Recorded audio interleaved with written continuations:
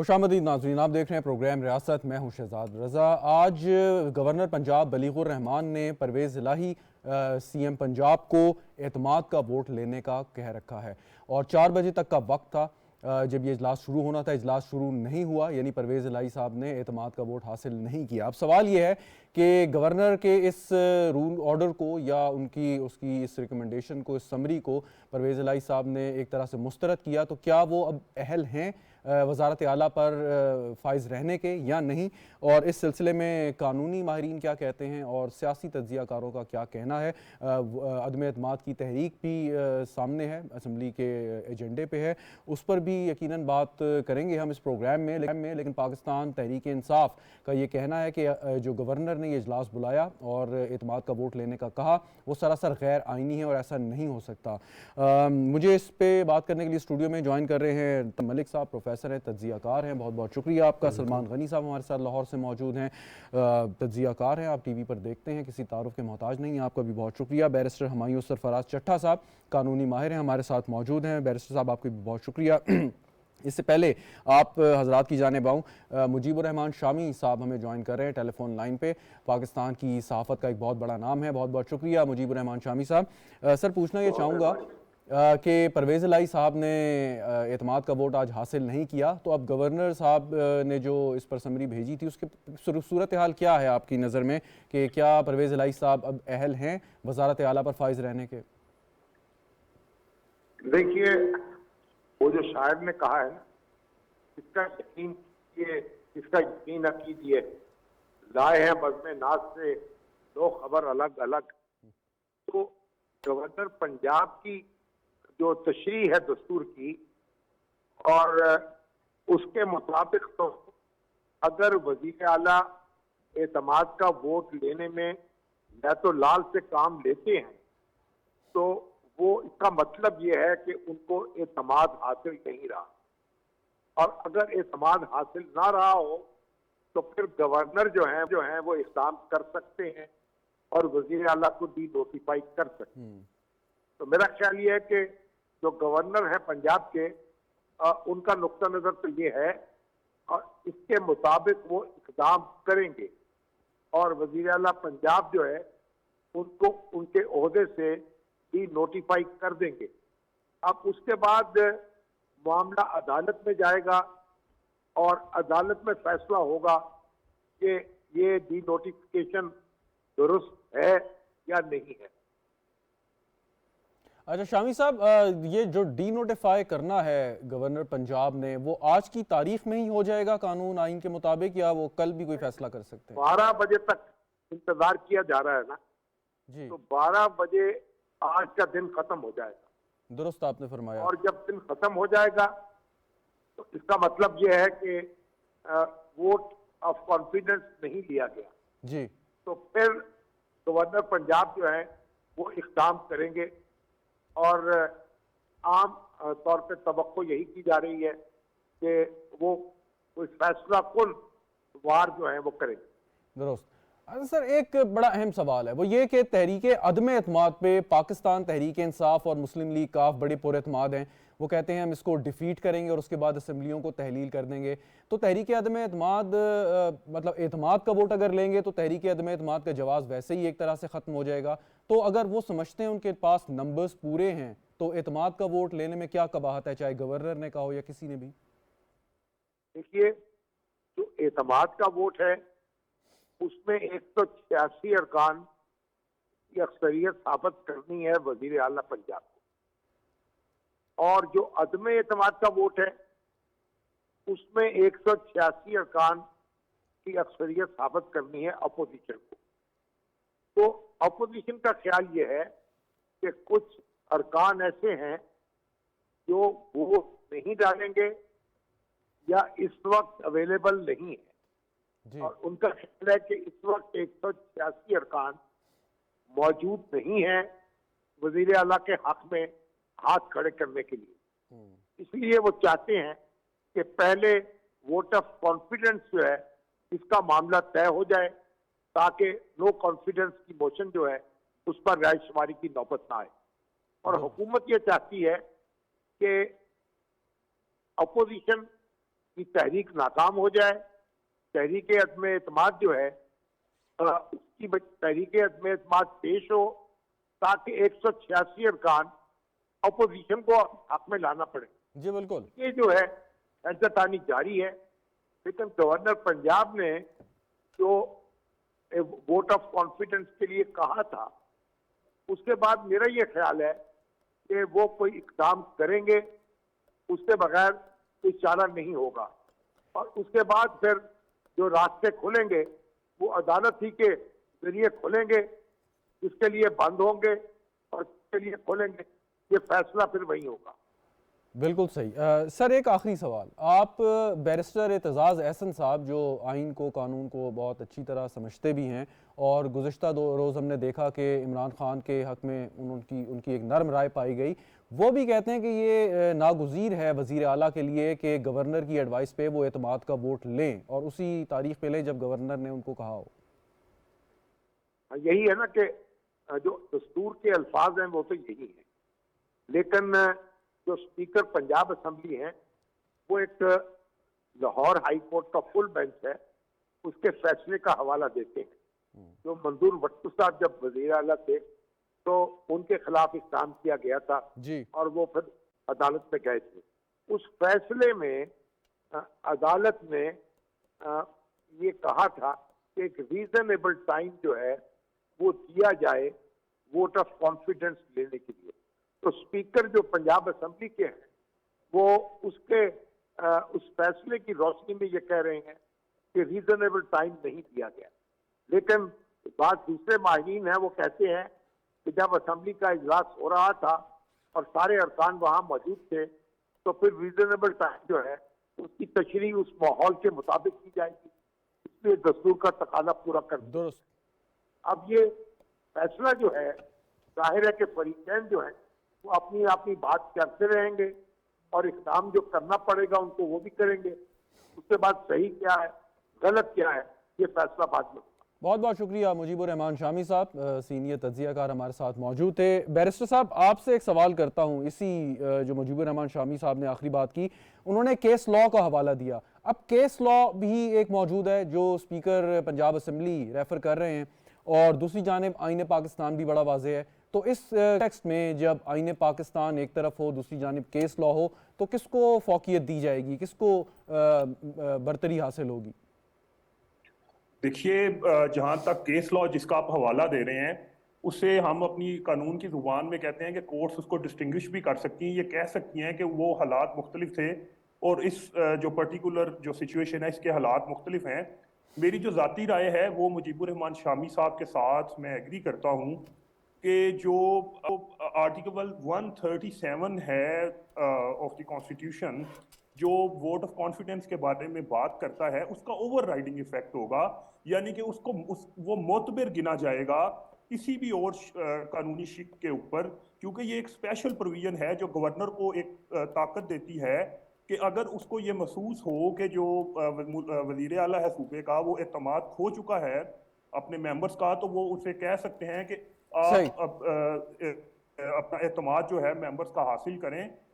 तो मुझे ये लगता है कि जो तहरीक इंसाफ या हुकूमत जो स्टांस ले रही है इस बारे में कि जो टेक्निकल वो कह रहे हैं कि जी असम्बली इन सेशन होगी, तो उसमें भी मुझे ये लगता है कि जो आर्टिकल 130 है वो बड़ा क्लियर है इसके ऊपर, और जो है रूल 22 है रूल ऑफ प्रोसीजर का, वो भी बड़ा क्लियर है।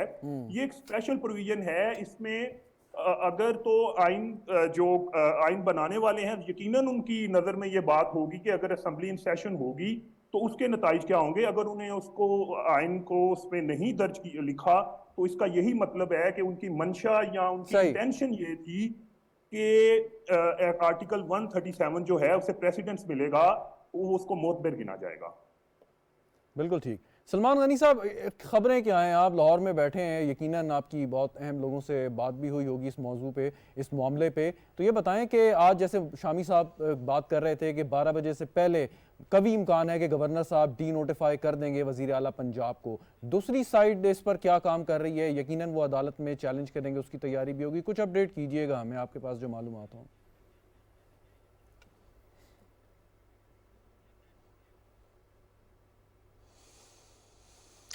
देखें शहजाद, मेरी तो पहले रोज़ से राय ये थी कि ये मामला अदालत में जाएगा। और वैसे तो हमारा सियासी अलमिया ये है कि पंजाब असम्बली या पंजाब में चीफ मिनिस्टर के इंतखाब से लेकर अब एतमाद के वोट तक सारे फैसले कोर्ट्स में ही हो रहे हैं और ये फैसले ऐवानों के अंदर नहीं हो रहे। कता नज़र इस बात के कि एतमाद का वोट मिलेगा या अदम एतमाद पेश होगी, एक बात तो बड़ी वाज़ेह होकर सामने आ गई कि जो माइंडसेट 23 दिसंबर को असम्बलियाँ तोड़ना चाहता था वो असम्बली तो नहीं टूटेगी। जहाँ तक गवर्नर पंजाब के एडवाइस का तल्लुक है तो मेरी शहजाद इस हवाले से ख़ुद गवर्नर पंजाब से बात हुई और वो बड़े क्लियर थे। उन्होंने कहा कि मैं बयानात पर यकीन नहीं रखता, मैं तो इक़दामात पर करता हूँ और मैंने जो इक़दाम किया है ये खालिस्तान आइन के मुताबिक है। इसमें जो टाइमिंग का इशू बनाया जा रहा है तो बात यह कि अगर टाइमिंग का इशू भी है तो इसी 130 का सब क्लास 7 में ये साथ दर्ज है कि अगर चीफ मिनिस्टर पंजाब एतमाद का वोट नहीं लेते या नहीं ले सकते तो फिर वो चीफ मिनिस्टर पंजाब नहीं रहेंगे। ये खालिस्तान एक आइनी अमल है और आइनी इक़दाम के तौर पे मैं समझता हूँ कि आज गवर्नर को इस पे फैसला करना है। लेकिन मैं इस पे थोड़ी सी जो सियासी माहौल तारीख किया गया है उस पर बात करना चाहता हूँ। देखिए बात यह कि पाकिस्तान की सियासी तारीख में पहली दफ़ा एक शख्स जो है वो खुद इक़्तिदार से बाहर हुआ और आइनी तरीक़ेकार के मुताबिक हुआ, उनके खिलाफ अदम एतमाद हुई। पहला तो बात यह कि आप ज़रा माइंड सेट पढ़ें कि वफाक में अदम एतमाद आती है तो रात को कहा जाता है कि मैं खिलाड़ी हूं और मैं इसको फेस करूंगा, लेकिन अगले दिन असम्बली तोड़ दी जाती है और फिर ये अदालत उस्मा वहां पर बहाल करती है इसलिए कि वो एक गैर कानूनी इक़दाम था और चंद मिनट्स के अंदर सब कुछ कर दिया गया। अब वही माइंडसेट जो है वो पहले कौमी असम्बली को तोड़ता है, अब वो पख्तूनख्वा की और पंजाब की असम्बली के दर पे है। देखिए मैं पंजाब के हवाले से शहजाद आपको पूरे वसूख से कह सकता हूं, आप जिस स्पीकर की बात करते हैं या तहरीक इंसाफ की अक्सरियत जो है वो इस हवाले से चौधरी परवेज इलाही साहब के साथ थी और पंजाब के असम्बली के अंदर जो तकसीम है इस वक्त वो अपोजिशन और हुकूमत की तकसीम नहीं है, वो तकसीम है असम्बली तोड़ने वालों के दरमियान और असम्बली जुड़े रहने वालों के दरमियान। और वाज़ेह अक्सरियत नहीं चाहती कि असम्बली को तोड़ा जाए और सियासी लोग शहजाद कभी असम्बलियाँ नहीं तोड़ते। आखिर क्या वजह है कि एक शख्स पाकिस्तान के अंदर बुरानी कैफियत तारी करने के लिए असम्बलियाँ तोड़ना चाहता है और वो पंजाब असम्बली को छोड़ें जिस असम्बली के अंदर 2/3 अक्सरियत उन्हें हासिल है वहाँ पर वो असम्बली तोड़ लें। इसका मतलब वो क्राइसिस पैदा करना चाहते हैं और ये बात खुद मैं नहीं कह रहा, चौधरी परवेज इलाही साहब ने कही कि जी अगर असम्बली टूटेगी तो इससे स्टॉक एक्सचेंज डूब जाएगा, इससे पाकिस्तान की मईशत पर मुज़र असरात होंगे, इससे मुल्क गैर मुस्तहकम होगा। उन्होंने तो यहाँ तक कहा कि माजरत के साथ चौधरी परवेज इलाही बड़े ज़ीरक और बड़े संजीदा सियासतदान हैं और उनकी उनके ख़ानदान की एक तारीख है, लेकिन चौधरी परवेज इलाही जैसा शख्स जो एक सियासी घराने से ताल्लुक़ रखता है, रवादारी और बड़ा रख रखाव उनके ख़ानदान का एक खासा है, वो शख्स कैसे चीफ मिनिस्टर बनता है और असम्बली पर दस्तखत करके इमरान खान साहब के हवाले कर देता है कि जी आप जब चाहें ये असम्बली टूट जाएगी, मैंने आपको जो है ब्लैंक चेक साइन करके दे दिया है। ये एक सियासतदान के लिए, चौधरी परवेज इलाही के स्टेचर के सियासतदान के लिए क्यों कर मुमकिन है और कितना आपके लिए हैरान कुन है?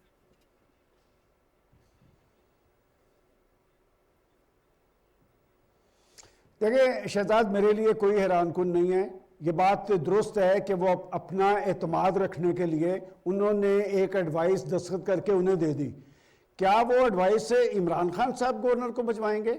वो एडवाइस टेक्निकली आप मसले को समझें कि वो वजीर आला सेक्रेटेरिएट ने भिजवानी है।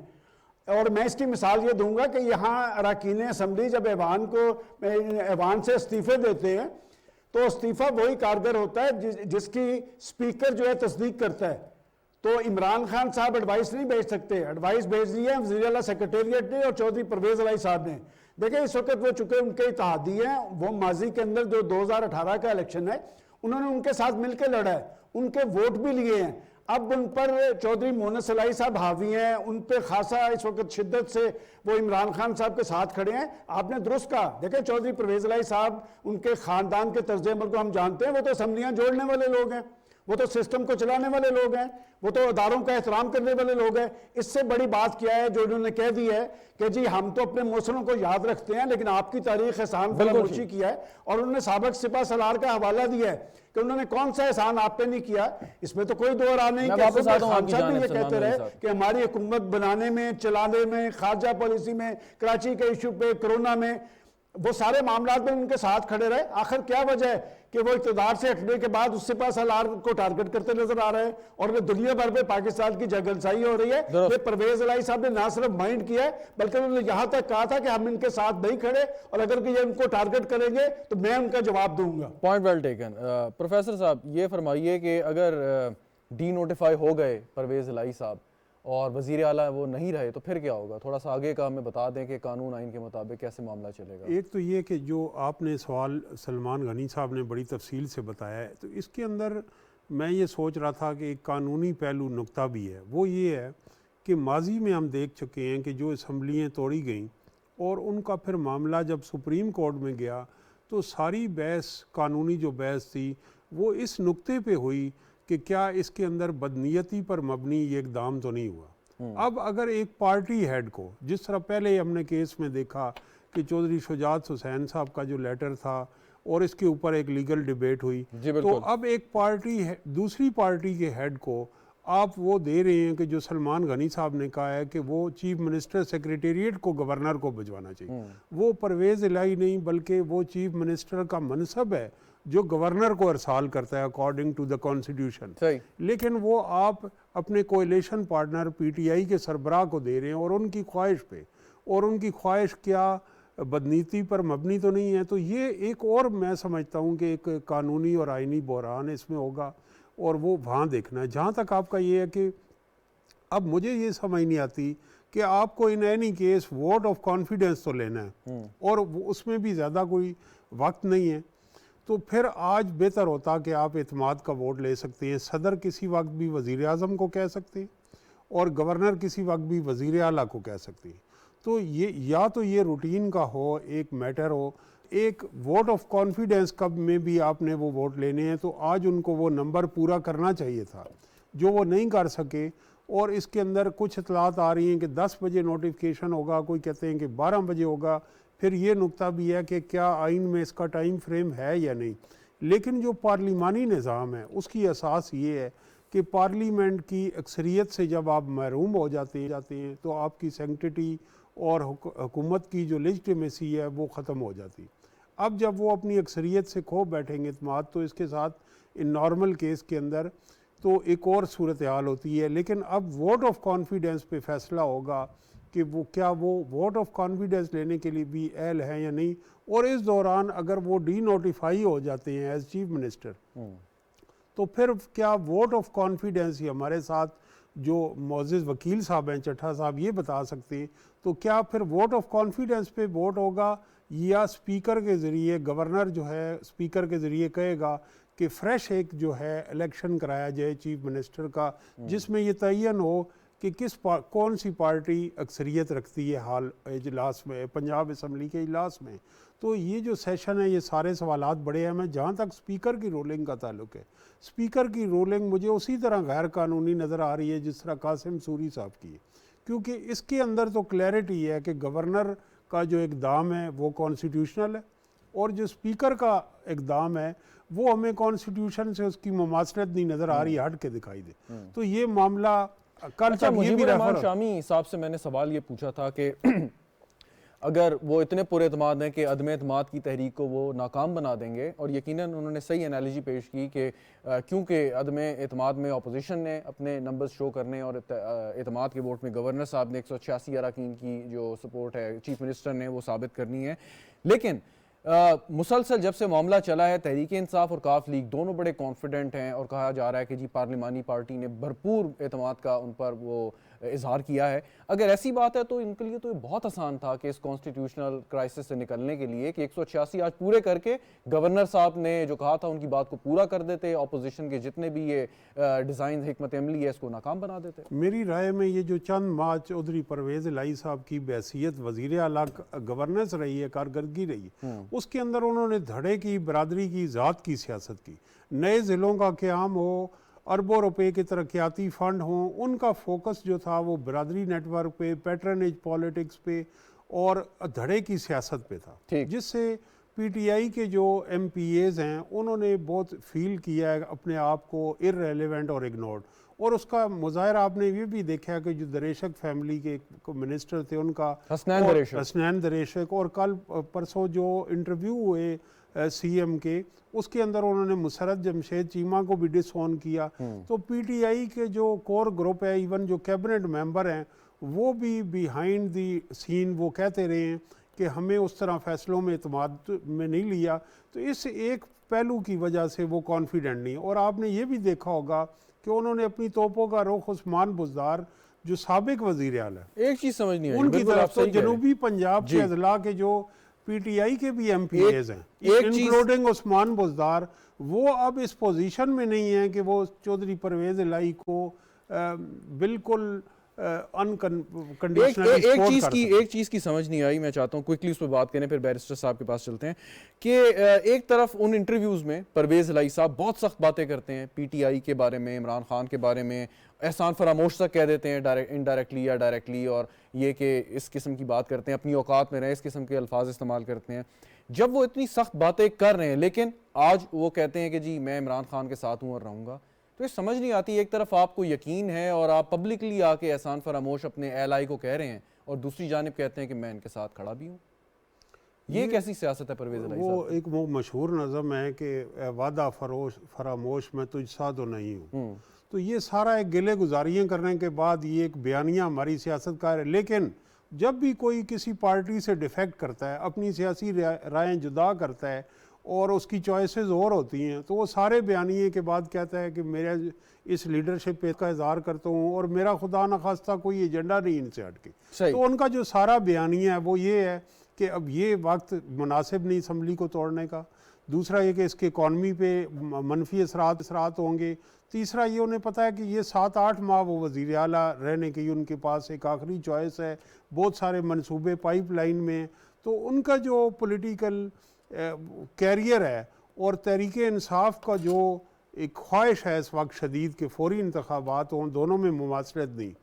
लेकिन परवेज़ इलाही साहब का जो इस वक्त वो सिस्टम के अंदर हैं और वो मुल्क के हालात भी समझते हैं कि मुल्क इस वक्त फौरी इंतखाबात का मुतमिल नहीं हो सकता और इसकी रिपरकशंस क्या होंगी, लिहाजा उनका जो लेकिन फिर भी इमरान खान के साथ हैं। हाँ, वो रेकलेस नहीं है, लेकिन फिर भी इमरान खान साहब के साथ, लेकिन वो कहते हैं ना हम अर्ज करेंगे तो शिकायत होगी। तो वो साथ साथ ये जितनी उनके पास स्पेस है वो अपना बयानिया बड़ी उस शदोमत से बयान कर रहे हैं। ठीक, बैरिस्टर साहब, अब अगर 12 बजे तक जैसे शामी साहब फरमा रहे थे कि गवर्नर साहब डी नोटिफाई कर देते हैं वज़ीर आला पंजाब को, तो उसके बाद की सूरत हाल क्या होगी? क्या वो स्पीकर को कहेंगे कि आप यहाँ पे फ्रेश इलेक्शन कराएं, जैसे प्रोफेसर साहब अभी जिक्र कर रहे थे, और जो भी मैंडेट लेके आ जाए वो वज़ीर आला बन जाए? और लेकिन जो स्पीकर हैं उन्होंने तो यकसर इनकार कर दिया है गवर्नर साहब का ये भी हुक्म मानने से कि आज अदम एतमाद के वोट के लिए उस असम्बली का सेशन बुलाया जाए। तो फिर ये जो वैक्यूम होगा, चाहे 1 दिन का हो, 2 दिन का हो, 3 दिन का हो, ये कैसे पुर होगा?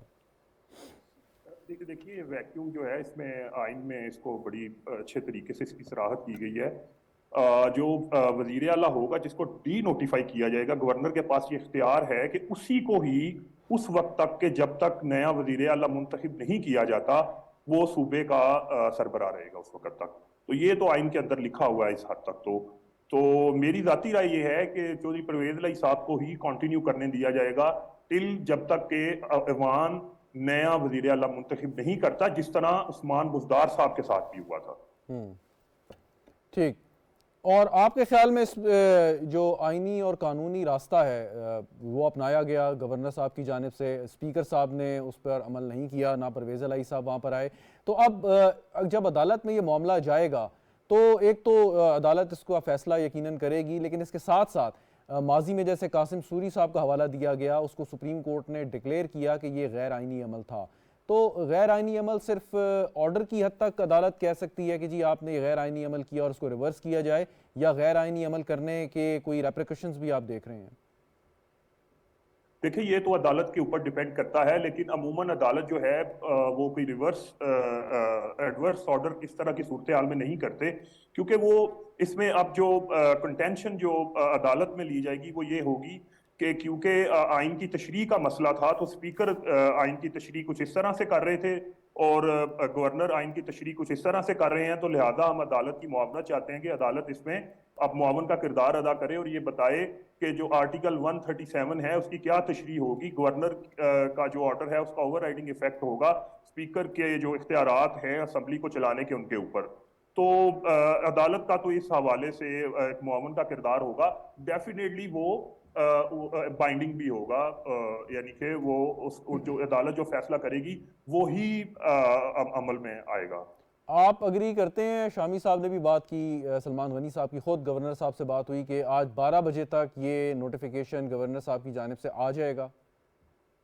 मेरा ख्याल है कि ये उनका आईनी इख्तियार है और अगर वो इसको इस्तेमाल करते हैं तो इसमें कोई कबाहत नहीं है। चौधरी परवेज इलाही साहब को या चीफ मिनिस्टर साहब को चाहिए था कि वो एतमाद का वोट हासिल करते और उस सिलसिले में वो अपनी स्ट्रेंथ शो करते, अपनी ताकत बताते। अच्छा, अगर जी आपने सही कहा, अगर गवर्नर साहब आज 12 बजे से पहले डी नोटिफाई नहीं करते मिसाल के तौर पे, और वो रात 1 बजे 2 बजे या कल किसी टाइम ये जारी कर देते हैं, तो उससे भी कोई फर्क नहीं पड़ेगा टाइमिंग पे कि आज की डेट में होना लाज़मी है? जो है प्रामा फिशाए जिसे कहते हैं, ज़ाहरी तौर पे तो कोई इसमें कबाहत नजर नहीं आती, लेकिन कई दफ़ा बाज़ टेक्निकल वजूहात बाज़ वकला इसमें उठाने की कोशिश करते हैं कि जी आइन का क्योंकि मंशा ये है तो लिहाजा आइन की खिलाफ वर्जी की गई है। अगर 1 घंटे के लिए या 1 मिनट के लिए भी अगर आपने गैर आइनी कोई इक़दाम उठाया है एक आइनी ओहदे की तरफ से, तो इस तरह की बाज़ कबाहतें सामने आती हैं, लेकिन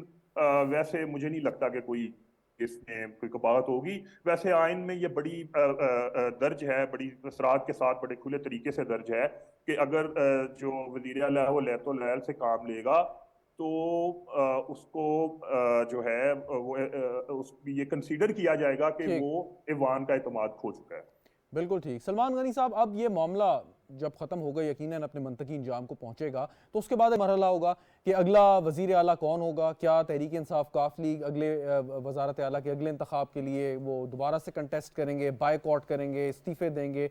लेकिन दूसरी जानिब जो इतलात सामने आ रही थी कि आसिफ अली जरदारी साहब ने ये बात की है कि जो पार्टी जिसकी स्ट्रेंथ है यानी पाकिस्तान मुस्लिम लीग नवाज, उनका हक है कि वो वज़ारत आला पे किसी भी बंदे को अपने उसका इंतखाब करें और उसको फिर इलेक्ट करें। तो असूली तौर पे आप समझते हैं कि हमज़ा शहबाज शरीफ साहब जो वज़ीर आला रहे कुछ अरसे के लिए, उन्हीं का इस वक्त ये सियासी तौर पर अखलाकी तौर पर हक है कि अगर PDM की जानिब से कोई शख्स आए तो वो हमज़ा शहबाज शरीफ साहब ही हों?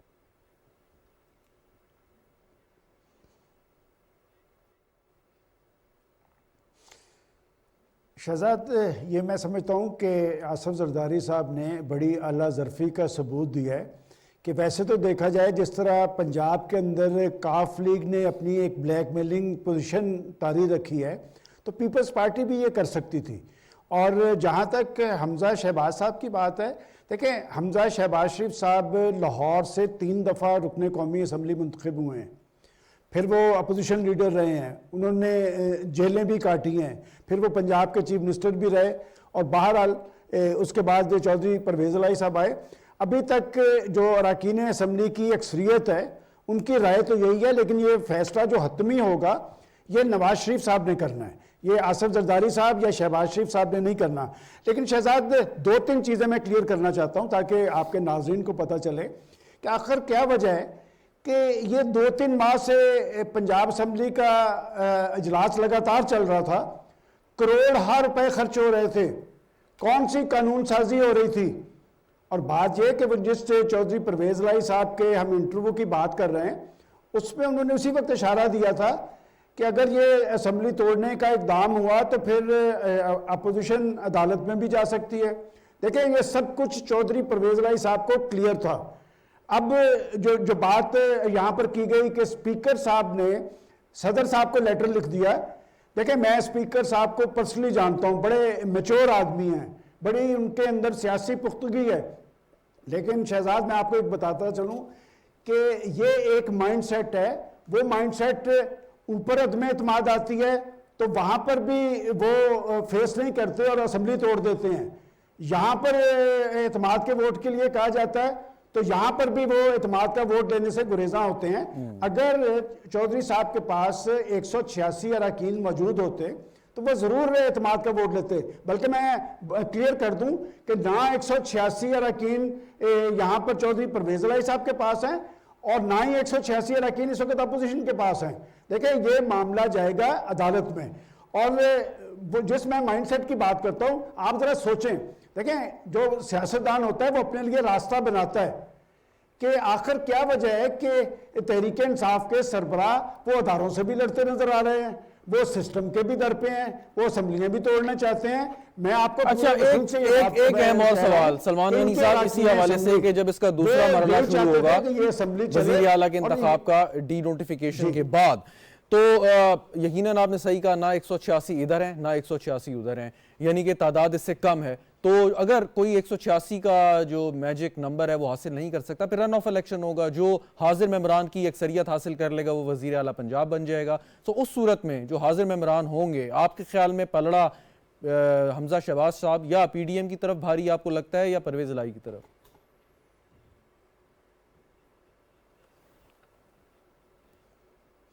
देखें, इस हवाले से जो गुज़िश्ता 24 घंटे के अंदर लाहौर में एक्टिविटी हुई है, आसिफ जरदारी साहब लाहौर आए, शहबाज शरीफ साहब ने चौधरी शुजात हुसैन साहब से मुलाकात की, तो ये मुलाकातें यही ज़ाहिर करती थी वो काउंटर स्ट्रेटजी थी। इस वक्त वह पंजाब के महाज पर जो असल बहरान है वो यही है जिसका आप जिक्र कर रहे हैं। इसमें जो फैसला कुन पोजीशन होगी वो पाकिस्तान मुस्लिम लीग काफ की होगी। और मैं अब भी समझता हूं, देखिए, आपने भी एक सवाल किया था कि जी गवर्नर साहब शायद आज रात नोटिफिकेशन ना करें, बड़ा अच्छा नुक्ता था आपका।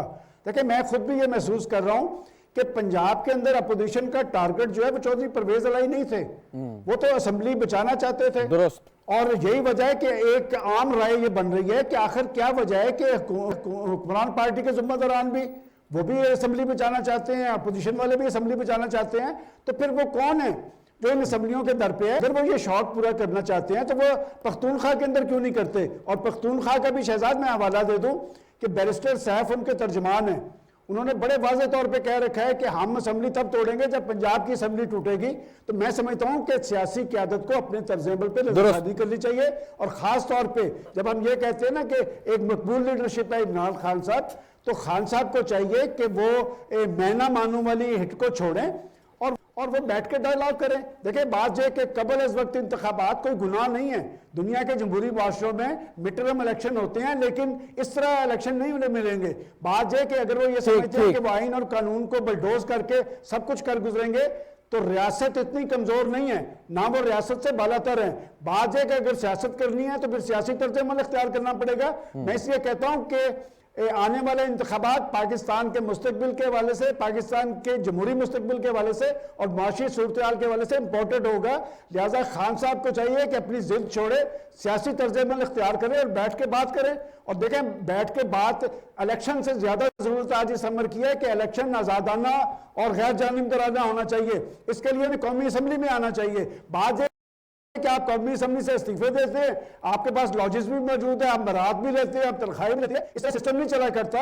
और बात है कि आज मकबूलियत की जिसकी बात की जा रही है, आज से 6-7 माह पहले मुस्लिम लीग नून की टिकट भी चल रही थी, जब आपका उम्मीदवार जो सबसे ताकतवर था हफीज शेख, वो शिकस्त से 2-4 हुआ था। लिहाजा अपने तर्ज अमल पे तब्दीली लानी पड़ेगी और असम्बलियां चलने के लिए होती हैं, टूटने के लिए नहीं होती। ये जो बार बार चौधरी परवेज इलाही साहब कह रहे हैं कि जी ये खान साहब की अमानत है, ये खान साहब की अमानत नहीं है, ये पंजाब के 12 करोड़ अवाम की अमानत है। और पंजाब के 12 करोड़ अवाम ने ये असम्बलियां इसलिए मुंतखब की थी कि इन असम्बलियों के जरिए उनके मसाइल हल हों, उनकी मुश्किलात का सद्देबाब हो। क्या आपके इल्म में कि 3 माह से असम्बली का इजलास चल रहा है, करोड़ों रुपए खर्च हो रहे हैं, सिर्फ इसी बहरान के लिए तैयारी थी कि यहाँ पर क्या होगा, एतमाद का वोट आएगा या एतमाद होगा, ताकि असेंबली इन सेशन रहे और हम बच पाए। इस तरह ये नहीं बच पाएंगे। ठीक, प्रोफेसर साहब, इससे हट के एक जनरल वैसे सवाल है कि आज वज़ीर दाखिला राना सनाउल्लाह साहब का भी बयान आया कि 4 बजे तक अगर वो नहीं लेते एतमाद का वोट तो वज़ीर आला नहीं रहेंगे। इस सिलसिले में गवर्नर ने डी नोटिफाई करना है। अब असूली तौर पे तो अगर एक वक्त का तयन कर दिया है गवर्नर साहब ने और वो नहीं आते और अब इम्कान भी नहीं है कि आज रात 12 बजे से पहले आके वो एतमाद का वोट लेंगे, तो फिर ये होल्ड अप क्या है? मतलब कन्फ्यूजन या जो एक कौम इस तरह की कैफियत में आप अगर नोटिफिकेशन करना है तो जारी करें, नहीं करना तब भी बता दें। मेरा ख्याल है कि वो आप एक ड्यू प्रोसेस जो है उसको मुकम्मल करते हैं और टाइम देते हैं। और जहाँ तक आपने सवाल किया था हमारे साथ जो चट्ठा साहब वकील हैं कि तो उनकी ये राय थी कि जो कोर्ट है वो एडवर्स डिसीजन और एडवर्स एक्शन का नहीं कह सकती, लेकिन कासिम सूरी साहब के डिसीजन में हमने देखा कि उन्होंने बड़ी तफसील से वो सारा एक रोड मैप भी दिया कि आप इस वक्त तक और इस दिन तक ये सारा अमल मुकम्मल करेंगे और फिर उसके बाद ये सारी चीज़ आएगी। तो ये जब मैटर अगर कोर्ट में जाएगा तो मेरे ख्याल से कि कोर्ट जो है इसमें तफसील से जो सारी ये उलझनें, क्योंकि ज़ाहिर है रियासत इस तरह तो नहीं चल सकती, वो एक खला में वैक्यूम के अंदर नहीं एग्जिस्ट कर सकती। नहीं, उलझन तो गवर्नर साहब के पास भी उलझन क्या है? जैसे बात हो रही है कि उलझन क्या है इसमें कि गवर्नर का इख्तियार है कि वो कभी भी वज़ीर आला को एतमाद के वोट का कह सकता है और वज़ीर आला पाबंद है कि उसकी इस एडवाइस पे वो अमल करे।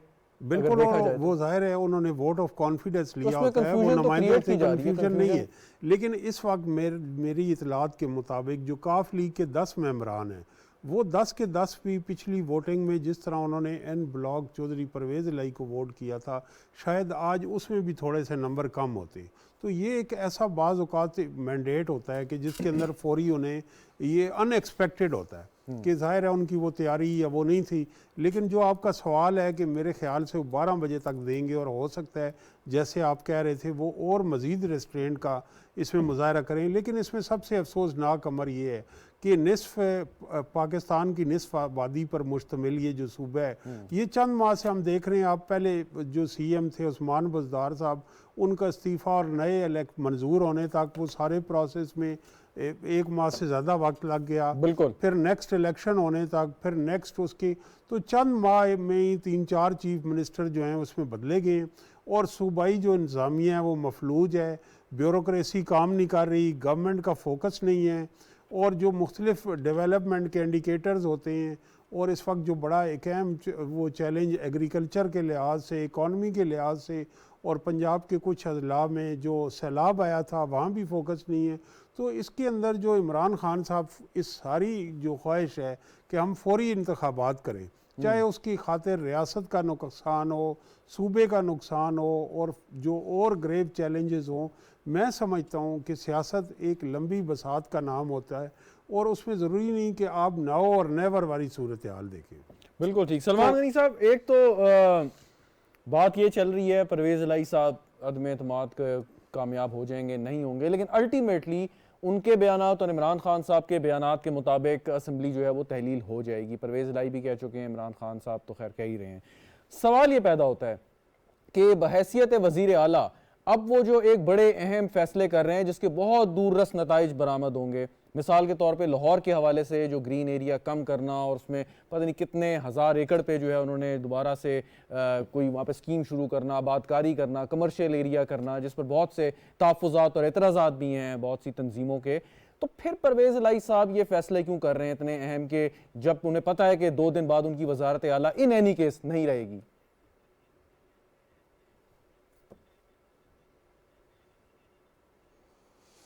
देखें, चौधरी परवेज़ इलाही साहब पंजाब के पहले भी चीफ मिनिस्टर रह चुके हैं और वो माजी के अंदर एक मजबूत चीफ मिनिस्टर थे और अब वो जो इक़दाम करते नज़र आ रहे हैं वो यकीनन ये बताते हुए नज़र आ रहे हैं कि मैं एक मजबूत चीफ मिनिस्टर हूँ।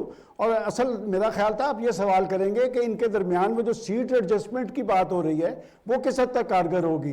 देखिए, बात ये कि शहजाद कोई 30-35 साल मुझे जर्नलिज्म में हो गए कि वो जो आ रहा है कि जी 20 MPs की सीटें या 10 MLAs की, दरअसल वो क्या मांग रहे हैं उनसे, जो चीज़ मांग रहे हैं वो मुंह से नहीं कहना चाह रहे, इसलिए कि 8 माह की कुर्बानी तो उन्होंने देनी है चीफ मिनिस्ट्री की और वो अपने बेटे के लिए चीफ मिनिस्टर की डिमांड कर रहे हैं। वो ओपनली इसका ऐलान नहीं करेंगे।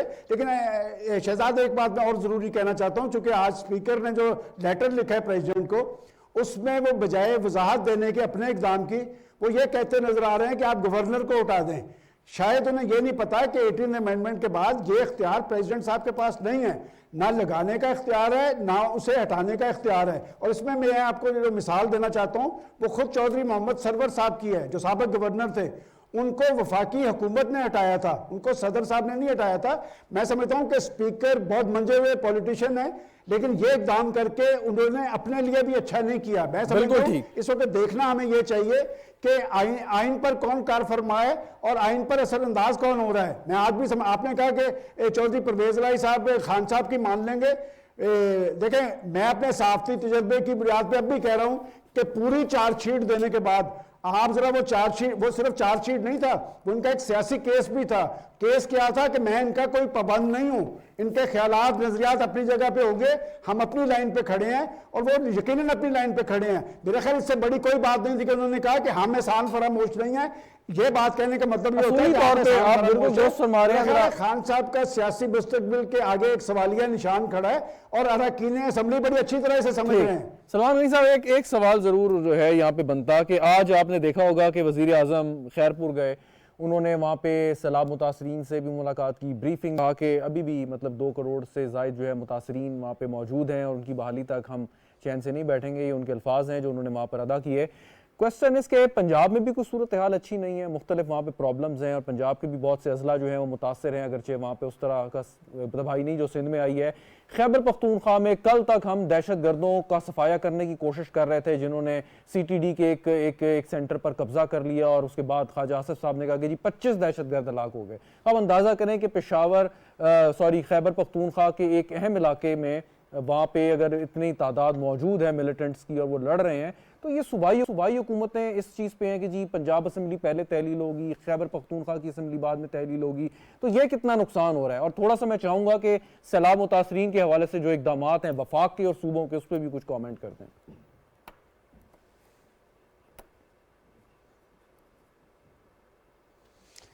देखिए शहजाद, जहाँ तक के प्राइम मिनिस्टर साहब के विजिट का तल्लक है, हमने 2010 के सैलाब में शहबाज शरीफ साहब को पंजाब में काम करते देखा था और मैं उसका चश्मदीद गवाह हूँ।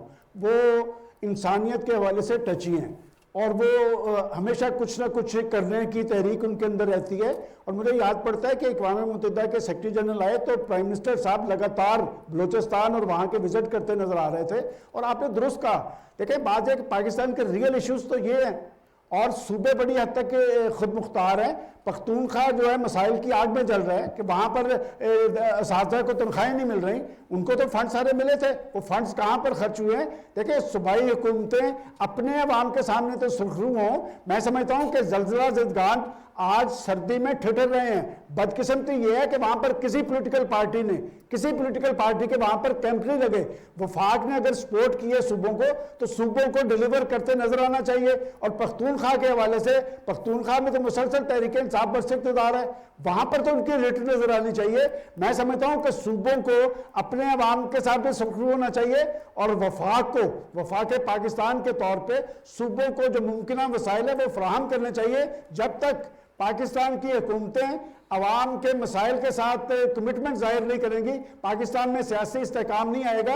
मसला असम्बलियाँ तोड़ने का नहीं है, ये इशू एक आदमी का है, ये पार्लियामेंटेरियंस का नहीं है और वो एक आदमी पाकिस्तान के जमहूरी सिस्टम के दर पे है। मैं समझता हूँ कि अहले सियासत को बैठ के सर जोड़ना चाहिए और इस माइंडसेट को किसी तरह सियासी अंदाज के अंदर इसका सद्भाव करना चाहिए, इसका इलाज करना चाहिए।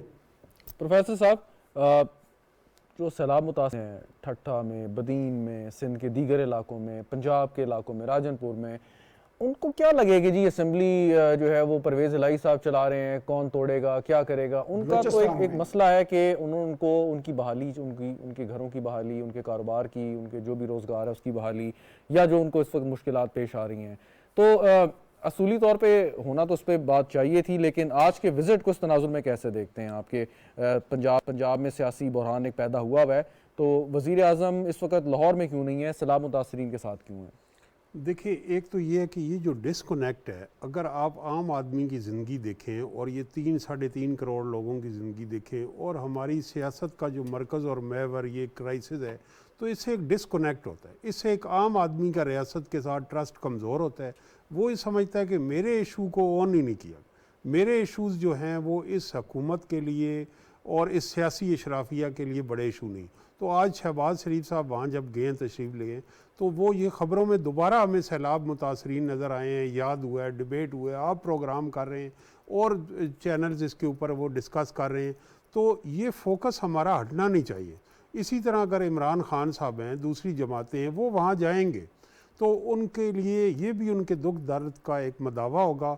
और मेरी तो ये भी अपील है आपके प्रोग्राम के तवसत से कि जो हमें बड़ी हौसला अफजा ख़बरें सुनाई गई थी कि इतने अरब जमा हो गए हैं टेलीथॉन में, तो उसकी तो रोज़ एक बैलेंस शीट आनी चाहिए कि इतने आए हैं, इतने हमने आगे तकसीम किए, ताकि अच्छी खबरें मिले। और जिस तरह आगे जा रहा है उनकी ज़िंदगियों में, सर्दियों में एक चैलेंज है, गर्म कपड़े हैं, अदवायात हैं, कंबल हैं, तो वो सोसाइटी का भी जो फोकस है और हम जो अतियात दें वो भी वहाँ रहना चाहिए। उसका तरीका यही है कि जो रियासत को दरपेश चैलेंजेस हैं और जो शहरी जिन मसाइल का शिकार हैं उस पर फोकस रहना चाहिए। एक आखिरी बात सर, एक आखिरी बात, बड़ी अहम बात की थी सलमान गनी साहब ने, और यकीनन इस पे कोई तहकीकाती सहाफ़ी अगर पंजाब में, लाहौर में इस पे काम यकीनन होना चाहिए और होगा भी, कि जो इतने 4 माह से आपने पंजाब असम्बली का मुसलसल सेशन चलाए और करोड़ों रुपए उस पर आपने लगा दिए हैं, तो कोई उनसे सवाल करे आपने कितनी कानून साजी की है, कितने बिल टेबल हुए हैं, कितनी